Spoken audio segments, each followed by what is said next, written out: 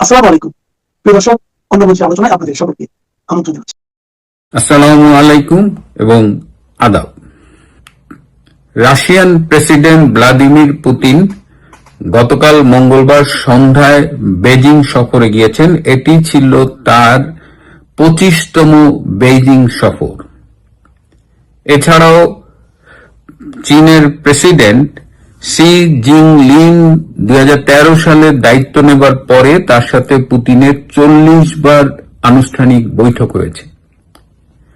মার্কিন president Donald Trump ফিরে যাবার এক সপ্তাহের মধ্যে রাশিয়ান প্রেসিডেন্ট ভ্লাদিমির পুতিনের বেজিং সফর আসলে বিশ্ব রাজনীতিতে কি বার্তা দেয়? চীনারা খুব খুশি এ কারণে যে পৃথিবীর শক্তিধর দুটি দেশের রাষ্ট্রপতি এক সপ্তাহের মধ্যে তাদের দেশ সফর করছে।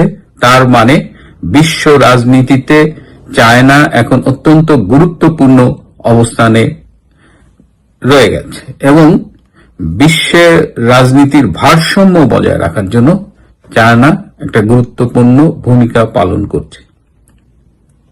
এখানে ভ্লাদিমির পুতিনকে যে উষ্ণ অভ্যর্থনা জানানো হয়েছে এবং আজকে বুধবার চীনের প্রেসিডেন্টের সাথে ভ্লাদিমির পুতিনের প্রতিনিধি দলের মিটিং হয়েছে। গ্রেট হলে তারা মিটিং করেছে। 20টি চুক্তি স্বাক্ষর করেছে রাশিয়া এবং চায়না, যেখানে ডোনাল্ড ট্রাম্প একটি চুক্তিও স্বাক্ষর করতে পারেনি, বরং ডোনাল্ড ট্রাম্পের যে বাণিজ্যিক উদ্দেশ্য ছিল, রাজনৈতিক উদ্দেশ্য ছিল, সবগুলোই বলা যায় যে কাঙ্ক্ষিত সাফল্য অর্জন করেনি। যে কথা দিয়ে শুরু করেছিলাম, ভ্লাদিমির পুতিন তার বক্তৃতায় 3000 বছরের পুরনো একটি চীনা ভাষার কবিতা রাশিয়ান ভাষায় অনুবাদ করে বলেছিলেন, যেটার বাংলা করলে হয় যে তোমাকে একদিন না দেখলে মনে হয় পরপর 3টি শরৎকাল আমি তোমার থেকে দূরে আছি। এটি আসলে বলেছেন তিনি চীনের প্রেসিডেন্টকে উদ্দেশ্য করে এবং এর দ্বারা চীন এবং রাশিয়ার সম্পর্কের ঘনিষ্ঠতা বুঝিয়েছেন। এই সফরে তারা অনেকগুলো চুক্তি স্বাক্ষর করেছেন, যেটা বললাম 20টা চুক্তি। তার মধ্যে রয়েছে প্রযুক্তিগত সহায়তা, রেলওয়ে নির্মাণ, চলচ্চিত্র নির্মাণ এবং বাণিজ্য চুক্তি। এবং এই ইউক্রেন যুদ্ধের পরে রাশিয়া এবং চায়নার যে সম্পর্ক, রাশিয়ার তেল গ্যাসের সবচেয়ে বেশি অংশই কিনে নেয় চায়না এবং চায়নার থেকেও অনেক কিছু আমদানি করে রাশিয়া, এবং তাদের এই বন্ধুত্বপূর্ণ সম্পর্কের এবার 25 বছর পূর্তি হলো এবং দুই পক্ষই বলছে যে বর্তমানে তাদের সম্পর্ক একটা অন্য লেভেলে চলে গেছে। এবং বিশেষ করে ইরানের সাথে যে ইসরায়েল এবং আমেরিকার যে যুদ্ধ, সেখানে ইরানের পক্ষে রাশিয়া এবং চায়না যেভাবে পরোক্ষ ভূমিকা রেখে ইরানকে এই লড়াই চালিয়ে যেতে সাহায্য করেছে এবং যার ফলাফল আজকে দেখেছেন যে 5 দিনের মধ্যে ইরান ধ্বংস হয়ে যাওয়ার কথা, সেই ইরান এখনো দাঁড়িয়ে আছে এবং ট্রাম্প কি করে এই যুদ্ধ থেকে বেরিয়ে আসতে পারে সম্মানের সাথে সেই পথ খুঁজছে। বর্তমান বিশ্ব রাজনীতিতে এটি অত্যন্ত গুরুত্বপূর্ণ একটি সফর। এবার আসি, হঠাৎ করেই আমরা দেখলাম বাংলাদেশের স্বরাষ্ট্রমন্ত্রী মিস্টার সালাউদ্দিন আহমেদ নেই। তিনি কোথায় গেছেন? মিডিয়ায় তিনি নেই। পরে জানা গেল যে তিনি ব্যক্তিগত সফরে লন্ডন গিয়েছেন এবং লন্ডনে তার মেয়ে রয়েছে, মেয়ের সাথে দেখা করতে গিয়েছেন। কিন্তু শুধুমাত্র মেয়ের সাথে দেখা করতে কি তিনি লন্ডনে গিয়েছেন? দ্য সোর্স নিউজ এর সূত্রে আমি জানতে পেরেছি যে লন্ডনে তিনি যে হোটেলে অবস্থান করেছিলেন, সেই হোটেলে আবার ক্যামব্রিজের চিকিৎসা শেষে একদিনের জন্য বাংলাদেশের বর্তমান রাষ্ট্রপতি শাহাবুদ্দিন আহমেদ চুপ্পুও অবস্থান করেছিলেন এবং তাদের মধ্যে দেখা হয়েছে। তবে সেই দেখাটা আজকের আলোচনার বিষয় নয় এবং সেটি তেমন গুরুত্বপূর্ণ নয়, কিন্তু এই হোটেলে সালাউদ্দিন আহমেদের সাথে ভারতীয় একজন কূটনীতিকের দেখা হয়েছে। এই কূটনীতিক এর আগে তারেক রহমানের সাথে যখন ভারতের নেগোসিয়েশন হয়েছে তখন তিনি তারেক রহমানের সাথে একাধিকবার সাক্ষাৎ করে আলোচনা করেছেন। সেই ব্যক্তি এই লন্ডনে সালাউদ্দিন আহমেদের সাথে হোটেলে দেখা করেছেন এবং সেখানে আলোচ্য বিষয় ছিল বাংলাদেশের রাজনীতি এবং বিশেষ করে বাংলাদেশের রাজনীতিতে আওয়ামী লীগের উপরে যে নিষেধাজ্ঞা বলবৎ রয়েছে সেটি কখন কিভাবে প্রত্যাহার করা হবে, অর্থাৎ আওয়ামী লীগকে রাজনীতি করবার যে নিষেধাজ্ঞা সেটি সরিয়ে আওয়ামী লীগকে রাজনীতি করবার অনুমতি দেওয়া হবে, এটা নিয়ে বিএনপি সরকার কি ভাবছেন। সালাউদ্দিন আহমেদ তার সরকারের পক্ষ থেকে জানিয়েছেন যে যদি আওয়ামী লীগ শেখ হাসিনাকে বাদ দিয়ে আসে তাহলে আওয়ামী লীগের কার্যক্রমের উপর থেকে যে নিষেধাজ্ঞা আছে সেটি প্রত্যাহার করে নেবে সরকার। বিএনপি যখন এই কথা বলছে তখন আমার মনে হয় যে এই যে 17 বছর তারেক রহমান বাইরে ছিলেন এবং 2014 সালে আমেরিকা বলেছিল বিএনপিকে যে তার নেতৃত্ব থেকে তারেক রহমানকে সরিয়ে দিতে হবে, তারা কি তারেক রহমানকে সরিয়ে দিয়েছিলেন? ভারতের পক্ষ থেকে এই প্রস্তাব আওয়ামী লীগের কাছে পৌঁছে দেওয়া ছিল এবং আওয়ামী লীগের পক্ষ থেকে স্পষ্ট জানিয়ে দেওয়া হয়েছে যে আওয়ামী লীগের শীর্ষ নেতৃত্ব থেকে শেখ হাসিনাকে সরিয়ে দেবার কোনো প্রশ্নই ওঠে না। অর্থাৎ লন্ডন সফরে সালাউদ্দিন আহমেদ যে আশা নিয়ে গিয়েছিলেন সেটি ব্যর্থ হয়েছে এবং ভারতও এই মুহূর্তে শেখ হাসিনাকে মাইনাস করে কোনো আওয়ামী লীগ বা রিফাইন্ড আওয়ামী লীগের কথা ভাবছে না। আওয়ামী লীগ আমলে আমরা দেখেছি, 111 সরকারের আমলে আমরা দেখেছি এই কিংস পার্টি তৈরি করার, বা আওয়ামী লীগের সময় তৃণমূল বিএনপি গঠিত হয়েছিল। তো এখন এই আওয়ামী লীগকে ভেঙে রিফাইন্ড আওয়ামী লীগ গঠন করার যে খায়েশ বিএনপির রয়েছে সেটি যে অত্যন্ত বাস্তবতা বিবর্জিত সেটা বুঝবার মতো কি কোনো লোক বিএনপির নীতি নির্ধারণী পর্যায়ে নেই? এটা আমার খুব জানতে ইচ্ছে করে। এবং আওয়ামী লীগ এই সংকটে যেভাবে ঐক্যবদ্ধ, বিশেষ করে তৃণমূল যেভাবে ঘুরে দাঁড়িয়েছে এবং আজ অবধি তারা যেভাবে দলের জন্য লড়ে যাচ্ছে, সেখানে শেখ হাসিনা বিহীন আওয়ামী লীগের কথা ভাবাটা একমাত্র ব্যাকুবের পক্ষেই সম্ভব। প্রিয় বন্ধুরা, আজ এ পর্যন্তই। ভালো থাকবেন, সুস্থ থাকবেন, তার চেয়েও জরুরি হলো নিরাপদে থাকবেন। সবাইকে অনেক ধন্যবাদ।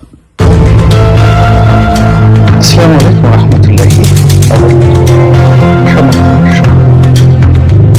মে মাসের মাঝামাঝি সময় চলছে। মে মাসের বাকি যে দিনগুলো, এই দিনগুলো খুব ব্যস্ততায় বাঙালি কাটবে। সামনে পবিত্র ঈদ উল আজহা। এটা বাংলাদেশের অন্যতম একটা যাকে বলা হয় প্রধানতম উপলক্ষ, উৎসব। মানে যেমন পবিত্র মাহে রমজানে একটা ইবাদত বন্দিগির একটা বিশাল তোড়জোড় থাকে পুরো মাস জুড়ে।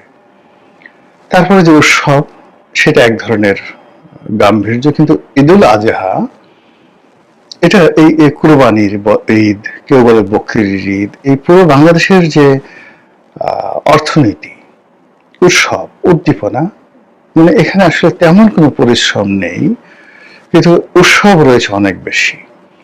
ফলে আমাদের দেশের অনেকগুলো মানুষ যারা আধ্যাত্মিকতা আছেন তারা হয়তো ঈদ উল ফিতরকে একভাবে মূল্যায়ন করেন, আর যারা একটু আধ্যাত্মিকতার বাইরে শুধু একটা ধর্মীয় উৎসবকে উদযাপন করতে চান তাদের জন্য আসলে এই বকরির ঈদ বা ঈদ উল আজহা বা কুরবানির ঈদ এটা গুরুত্বপূর্ণ।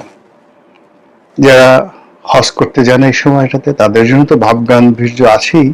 বাংলাদেশে যারা থাকেন তারা হজ না করলেও হজের আনুষ্ঠানিকতা নিয়ে তারা বেশ আগ্রহ প্রকাশ করেন, টেলিভিশনে দেখেন। আর গরু লালন পালন করা, ছাগল কেনা, গরু কেনা, এটার মার্কেটিং করা, এবং এই মুহূর্তে বাংলাদেশে ধরুন 1 কোটি গরু বা ছাগল কোরবানির পশু প্রস্তুত রয়েছে। আমাদের আসলে মূলত 70 থেকে 75 লাখের বেশি গরু লাগে না বা গরু ছাগল লাগে না, বাকিটা কিন্তু উদ্বৃত্ত রয়েছে। এই 1 কোটি গরু ছাগল যে লালন পালন হয়েছে এর অলমোস্ট 80% কিন্তু খামারিরা তৈরি করেছে, আর বাকি 20% প্রান্তিক লেভেলের কৃষক 2টো 3টা 5টা করে এভাবে তারা লালন পালন করেছে। ফলে এই যে 1 কোটি গরু ছাগল, তার মধ্যে যদি 80 লাখ গরু ছাগল ধরেন যেগুলো বিভিন্ন খামারে লালন পালন হয়েছে, তো এই খামারিরা এক একটা গরুতে আপনি গড়ে 2 লাখ ধরেন অন অ্যাভারেজে, তাহলে এই 80 লাখ ইন্টু 2 লাখ কি পরিমাণ অর্থ এখানে বিনিয়োগ রয়েছে, জিডিপির কি পরিমাণ অর্থ। আর এগুলো তারা যখন কিনেছিল, এগুলোকে তারা খাওয়াচ্ছে, আবার এগুলো যখন বিক্রি করবে, বিক্রি করে আবার নতুন তারা কিনবে, সব মিলিয়ে এটা আমাদের অর্থনীতির একটা বিরাট, যাকে বলা হয় টানাপোড়েন, অর্থনীতির একটা বিরাট সময়। এই সময়টিতে যারা কুরবানি দিবেন তারা খুশি হবেন, ভালো কথা, কিন্তু যারা বিক্রি করবেন তাদের আনন্দটা আমাদের খুব বেশি দরকার। এখন সেই আনন্দ নিরানন্দ করার জন্য সেই পথে ঘাটে চাঁদাবাজি, তারপর গরুর হাটগুলোতে অমানবিক দৃশ্য, হঠাৎ করে গরুর যে বাজার সে বাজার কমে যাওয়া, ছাগলের বাজার কমে যাওয়া, কৃষকদের যে কান্না, সব মিলিয়ে এটা একটা টান টান উত্তেজনা, সে বিশাল একটা উত্তেজনা। সেই উত্তেজনার মধ্যে ধরুন আমাদের মে মাসটা চলে যাবে, তাহলে মে মাসটার সময়টাতে আপনার কোনো রাজনীতি নিয়ে এই মুহূর্তে কোনো চিন্তা নেই, কিন্তু এই সময়টাতে চক্রান্ত হবে, প্রচন্ড রকম চক্রান্ত হবে। তবু আমরা এই মে মাসটা বাদ দিলাম, তাহলে আমাদের মাসগুলো কোনটা? জুন, জুলাই, আগস্ট, এই 3টি মাস। এই 3টি মাস এই সরকারের জন্য এসিড টেস্ট, সব দিক থেকে ইতিবাচক অর্থে এসিড টেস্ট, নেতিবাচক অর্থেও এসিড টেস্ট। যদি আপনি পারফরমেন্স করতে চান, আর আপনি যদি গ্রহ নক্ষত্র এগুলোতে আপনি বিচার বিশ্লেষণ করেন, তাহলে এই 3টি মাস এই সরকারের জন্য অশনি সংকেত। কেন? তার আগে পবিত্র কোরআনের একটি আয়াত আপনাদেরকে শোনাই। সেই আয়াতটি আমরা সাধারণত যখন লাশ কবরে রাখি তখন আমরা এই দোয়াটি পড়ি বা এই আয়াতটি আমরা উচ্চারণ করি। বিসমিল্লাহির রহমানির রহিম। মিনহা খালাকনাকুম ওয়া ফিহা নুইদুকুম ওয়া মিনহা নুখরিজুকুম তারাতান উখরা। আপনারা সবাই জানেন, যার অর্থ আল্লাহ বলছেন,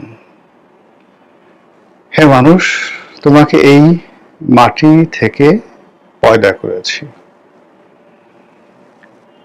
এই মাটির ভেতরেই বা মাটির মধ্যে তোমাকে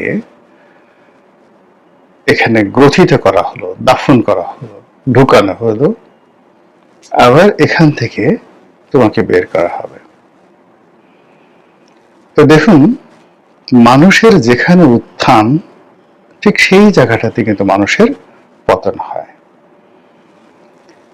যে গর্তের মধ্যে থেকে আপনি বের হয়ে আসবেন ঠিক সেই গর্তের মধ্যে আপনাকে যেতে হবে। আপনি আপনার জন্মটা দেখেন, আপনি যে জন্মের শুরুটি যেখানে হলো, যে মাতৃগর্ভে আপনার ভ্রূণ রচিত হলো আপনার বাবা মায়ের মিলনের ফলে, ঠিক সেই মাতৃগর্ভের থেকে আপনি যখন বের হয়ে আসলেন, আপনার সেই যেখানে আপনার ভ্রূণ ঢুকানো হয়েছিল যে লজ্জা স্থান দিয়ে, সেই লজ্জা স্থান থেকে আল্লাহ আপনাকে বের করে আনলেন শুরু, এবং ওখান থেকে। তো এরকম মাশাআল্লাহ আপনি গর্ব করতে পারবেন না এই পৃথিবীতে, মানে আল্লাহর এই জমিনে আপনাকে আল্লাহ যে নুতফা বীর্য থেকে আপনাকে উৎপন্ন করা হয়েছে, কাজে আপনি অহংকার করতে পারবেন। আল্লাহ বলছে যে তোমাকে আমি এমন নুতফা থেকে তৈরি করেছি যা তোমার শরীর থেকে যদি বের হয়ে যায় তোমার জন্য গোসল করা ওয়াজিব হয়ে যায়। আর এমন একটা জায়গাতে মূত্রনালী দিয়ে তোমার যে ভ্রূণ, এটা বের হয়েছে তোমার বাবার মূত্রনালী দিয়ে, আর এটা প্রবিষ্ট হয়েছে তোমার মায়ের মূত্রনালী দিয়ে। এবং তোমার মায়ের যে দূষিত রক্ত, যেটা হায়েজ নেফাস বলা হয়, মৃতস্রাবের যে রক্ত, সেই রক্ত থেকে তোমাকে পয়দা করেছি সংমিশ্রণে মাতৃগর্ভের মধ্যে। এই জন্য তুমি অহংকার করো না, অলাতামসি ফিল আরদি মারহা। এই জমিনে কখনোই তুমি অহংকার করো না। আফসোস, আমরা আমাদের জীবনের বা আমাদের উত্থানের যে শুরুটা, সেই শুরুটা আমরা ভুলে যাই। বলেন তো, আওয়ামী লীগের পতন কেন আগস্ট মাসে হতে হবে? শেখ হাসিনার পতন কেন আগস্ট মাসে হতে হবে? শেখ হাসিনার উপর গ্রেনেড হামলা কেন আগস্ট মাসে হতে হবে? বঙ্গবন্ধুর হত্যাকাণ্ড কেন আগস্ট মাসে হতে হবে?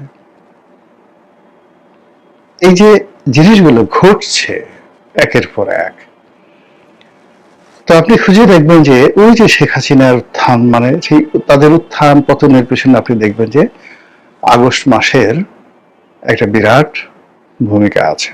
ওই আগস্ট মাসেই তাদের উত্থান হয়েছে, তাদের জন্ম হয়েছে, আবার ওই আগস্ট মাসেই তাদের পতন হয়েছে। এই সরকার বা এই সরকারের সাথে যারা অ্যালাইড আছে, বিরোধী দল, এনসিপি, মানে সকলের যে উত্থান, সেই উত্থানটা হয়েছে জুন, জুলাই, আগস্ট মাসে। আগামীতে তাদের যত সফলতা এই 3টি মাসে, তাদের যত ব্যর্থতা, তাদের যত পতন, সব এই সময়টাতে হবে। এটাই নিয়তির বিধান। এই সময়টিতে যে ক্রাইসিস গুলো রয়েছে, সেই ক্রাইসিস গুলো তারা যদি ম্যানেজমেন্ট সুন্দরভাবে করতে পারে, তাহলে এই সময়টিতে ধা ধা ধা ধা করে তারা ভালো করবে। এই জন্য 3টি মাস, জুন, জুলাই, আগস্ট, তাদের জন্য খুবই গুরুত্বপূর্ণ। আর যদি তারা অকৃতজ্ঞ হয়, বা আনগ্রেটফুল,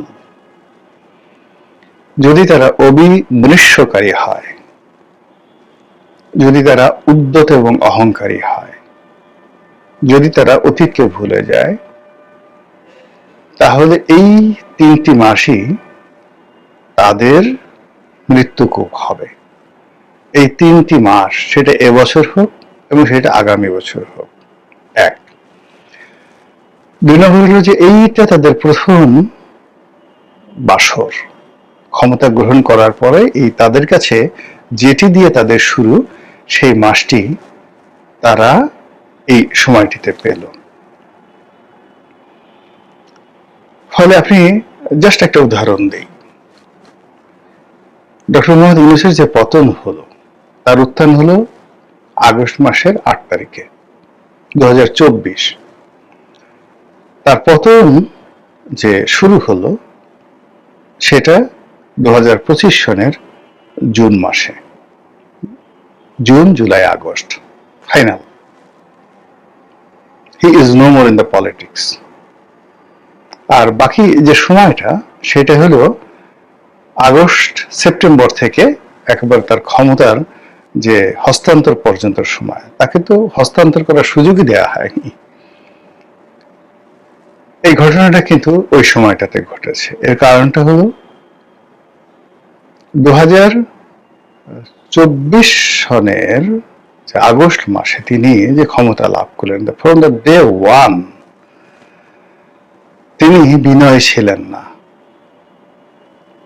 তিনি যে দয়াপ্রাপ্ত হয়েছেন আল্লাহর পক্ষ থেকে, জনগণ যে তাকে আল্লাহর হুকুমে তার হাতে ক্ষমতা তুলে দিয়েছে, তিনি ওয়াম্মা বিনিয়ামতে, এই রব্বিকা ফাহাদ্দিস, এই শব্দটি স্মরণ করেন। এয়ারপোর্টে পা দিয়েই তিনি বলেছেন, আমার কথা মানতে হবে।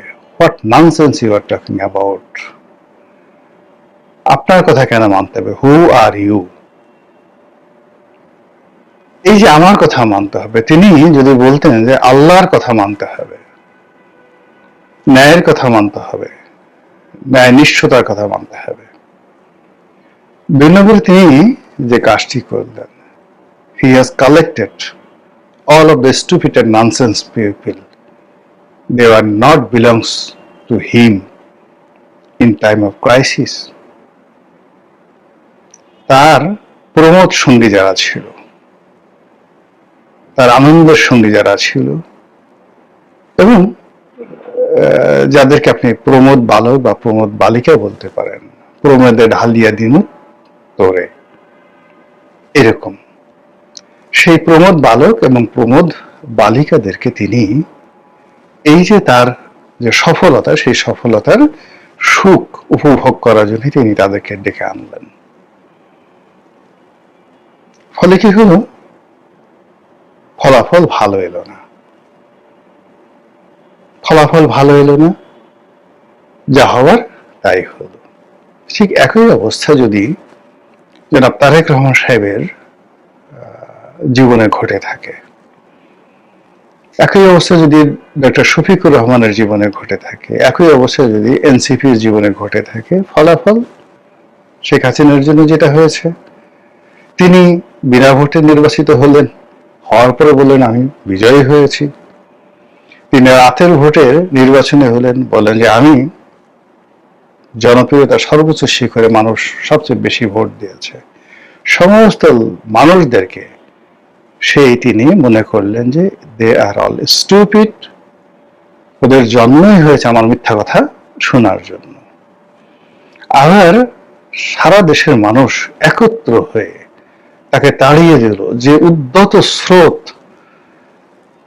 এই যে গণভবনে গিয়ে তাদের যে ক্রোধ দেখিয়েছে, এই ক্রোধ এই লোক সব জামাতের না, সব এনসিপির না, সব ইউনুসের না, সাধারণ মানুষের ক্রোধ ছিল। 90% অর্গানাইজ করেছে ডিপ স্টেটের লোকজন আছে, বাট 90% লোক তারা সেখানে গেছে, সেই ক্রোধ এখনো নিষ্পত্তি হয়নি। কিন্তু তিনি বা তার যারা লোকজন বলেই বেড়াচ্ছেন সুদখোর ইউনূস, ওই দুর্নীতিবাজ তারেক, ওই খালেদার পোলা। ফলে কি হবে? নো বরকত, কোনো বরকত আসবে না। এট ফার্স্ট তওবা আস্তাগফিরুল্লাহ, মানুষ যখন তওবা করে, ভুল স্বীকার করে, তখন তার ভিতরে একটা বিনয় চলে আসে, বিনয়ী হয়ে কৌশল অবলম্বন করে। কিন্তু সেই একই অবস্থা, সেই অবস্থা, ছোট্ট একটা ঘটনা বলি, তাহলে এই জিনিসটা হবে, তো শেষ করে দেব। আবু জেহেল, অর্থাৎ আবু জেহেলের নাম শুনুন। আবু জেহেল যখন আহত হলেন, সেই আবু জেহেল আহত হওয়ার পর তার শিরচ্ছেদ করার জন্য যে লোক আসলেন, এটা হলো ওহুদের যুদ্ধ। ওহুদের যুদ্ধ নিয়ে নিহত হলেন। তো যে হত্যাকারী, তাকে সে বলতেছে যে তুমি কি আমাকে চেনো? হ্যাঁ চিনি। আমার সামাজিক মর্যাদা বা আমার যে অবস্থা, এটা সম্পর্কে তুমি ওয়াকিফ হও? হ্যাঁ। আমি কি তোমার কাছে একটা অনুরোধ করবো এই জীবনের শেষ প্রান্তে, তুমি সেটা রাখবে? বলে যে বলেন কি অনুরোধ? বলে তুমি যে আমাকে শিরচ্ছেদ করবে, সেই শিরচ্ছেদ পেছন থেকে না করে সতর্কভাবে আমার ঠিক এই যে আমি দেখাচ্ছি এই জায়গা থেকে তুমি এমন ভাবে গলাটা কাটো যেন লোকজন দেখে আমার মনে করে যে আমার এই গলাটা বড় আছে। কিন্তু তুমি যদি পিছন দিক থেকে বা একেবারে আমার এই জায়গা থেকে কাটো, তাহলে এই আমার যে মস্তিষ্কটা, এটা ছোট দেখাবে। এই হলো পাপিষ্ঠ লোকদের শেষ পরিণতি। মানে মৃত্যুর পূর্বক্ষণে তারা পতনের প্রান্তিকে গিয়েও তারা কখনোই স্বীকার করে না, ওখানে গিয়ে তারা অহংকার দেখায়, আমার গলাটা যেন বড় দেখায়। এগুলো তো ইতিহাস। এরকম বহু মানুষকে আপনি এভাবে দেখতে পাবেন।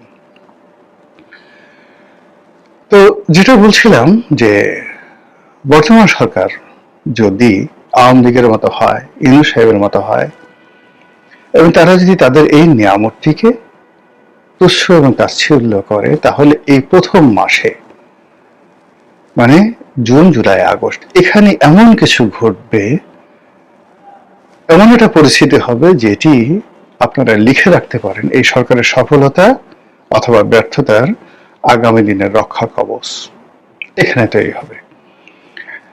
এখন সেটা কি ভালো হবে না মন্দ হবে তার কিছু ইন্ডিকেশন, যেটা আমি ডক্টর মোহাম্মদ ইউনূসের কথা বললাম, যেটা আমি শেখ হাসিনার কথা বললাম। শেখ হাসিনা যখন সেই ক্ষমতায় একের পর এক যখন তিনি ভুল করলেন, কিন্তু তিনি মনে করলেন এটা তার সফলতা, তিনি তার আজে বাজে প্রত্যেক অর্থাৎ 2009 সনের যে পার্লামেন্ট মন্ত্রী পরিষদ সেটাকে বাদ দিয়ে 24-এর মন্ত্রী পরিষদ দেখেন কিভাবে ডেপ্রিসিয়েশন হয়েছে। তিনি মনে করেছেন মুরগি দিয়ে হাল চাষ করা সম্ভব। ডক্টর মোহাম্মদ ইউনূসের একই অবস্থা, তিনি মনে করেছেন তিনি যাকে দিয়ে তাকে, এই নূরজাহান বেগমকে দিয়ে তিনি মন্ত্রিত্ব চালাবেন, ইত্যাদি ইত্যাদি আরো অনেক কিছু। তারেক রহমান সাহেবের ক্ষেত্রেও যদি আপনারা দেখেন যে তিনি তার দলের বান্ধব, দুর্দিনের কাণ্ডারি, তাদেরকে বাদ দিয়ে তিনি তার প্রমোদের সঙ্গী, যাদের সঙ্গে তিনি কথা বলতে আনন্দ বোধ করেন, যারা তার চোখের সামনে থাকলে তার মনে ফুর্তি আসে, আনন্দ আসে, যাদের সঙ্গে সে কখনো দুঃখের বিষয়গুলো শেয়ার করেনি কিন্তু প্রমোদ আনন্দের বিষয়গুলো শেয়ার করেছেন, সেই মানুষগুলো যদি তার পাশে বেশি দেখেন ধরে নেবেন তিনি ভালো করবেন না, নাম্বার 1। নাম্বার 2 হলো তিনি যখন বাংলাদেশে এলেন প্রথম দিন তার চোখে কি অশ্রু ছিল? তিনি কি কেঁদেছেন? যদি তিনি কেঁদে থাকেন, অনুশোচনা, আবেগ, ভালোবাসার একটা সর্বোচ্চ পর্যায়ে, আর তিনি যদি না কেঁদে থাকেন তাহলে ভিন্ন একটা বিষয়। 17 বছর পর দেশে এরকম পর্যায়ে আসলে যে কোনো মানুষই আবেগপ্রবণ হয়ে চোখের পানি ফেলবেন। চোখের পানি ফেলাটা খারাপ কিছু নয়, এটা আবেগের, সে যে ভালো মানুষ, কাঁদতে পারাটা যে কত বড় একটা বিশাল গুণ। যে লোকের চোখ দিয়ে কখনো পানি পড়ে না, এর মতো নিষ্ঠুর, এর মতো নির্মম মানুষ আর হয় না। হাসতে হাসতে আপনাকে জবাই করে ফেলতে পারবে। আর যে মানুষ কাঁদতে পারবে তাকে আপনি ভণ্ড বলেন, প্রতারক বলেন, যা কিছু বলেন, কিন্তু তার দ্বারা অ্যাটলিস্ট হাসতে হাসতে কাউকে জবাই করার মতো ঘটনা ঘটবে না। বঙ্গবন্ধু এসে কেঁদেছিলেন, শেখ হাসিনা যখন এসে নেমেছিলেন 1981 সনে মারাত্মকভাবে তিনি কেঁদেছিলেন, বেগম জিয়া কেঁদেছিলেন। ফলে সেই কান্নার যে মানবিক দিকগুলো, তাদের কর্মজীবনের সফলতার সর্বোচ্চ পর্যায়ে তারা সেই কান্নার মানবিক গুণ তারা হারাননি। বঙ্গবন্ধু যদি না থাকতেন, বঙ্গবীর কাদের সিদ্দিকী বলেছেন বাংলাদেশে 60 লাখ লোককে জীবিত অবস্থায় জবাই করা হতো। 30 লাখ লোকের নাম, মানে রাজাকার আলবদরদেরকে বলা হয় যে তারা 30 লাখ লোককে মেরেছে, পাকিস্তানে মেরেছে। যদি বঙ্গবন্ধু না থাকতেন তাহলে বাংলাদেশে 60 লাখ লোকে জবাই করে মারা হতো। এটা একটা মানবিক গুণাবলী, তার এই কান্নার ফল। এভাবে আরো অনেক কিছু আছে। যে এনিওয়ে, ওদিকে না গিয়ে আমি যে সামনে যে 3টি মাস, সেই 3টি মাসে প্রকৃতি বিরূপ থাকবে, বাজেট প্রণয়ন হবে, এই সময়টিতে অর্থনীতি টালমাটাল থাকবে, তার সঙ্গে সঙ্গে এই যে মে মাস বসে যা কিছু হচ্ছে তা হবে, এবং অন্যদিকে প্রকৃতি তার উপহার অথবা প্রতিশোধ, এই প্রতিশোধের প্রথম আমলনামা এই 3 মাসে রচিত হবে। আমি মোটামুটি সবই বলে ফেলেছি, আপনারা যারা বুঝতে পেরেছেন, যদি অশনি সংকেত হয়, যার যার অবস্থান থেকে তওবা আস্তাগফিরুল্লাহ পড়েন, লা হাওলা ওয়ালা কুওয়াতা বললেন, আল্লাহর কাছে পানাহা চান, নিজের জন্য, দেশের জন্য। আর যদি আপনার কাছে মনে হয় সামনের দিনগুলো ভালো যাবে, আলহামদুলিল্লাহ বলেন, সুবহানাল্লাহ বলেন, এবং শুকরিয়া আদায় করেন যে আল্লাহ তুমি আরো বরকতময় করো সামনের দিনগুলো। আসসালামু আলাইকুম রহমতুল্লাহি ওয়া বারাকাতুহু।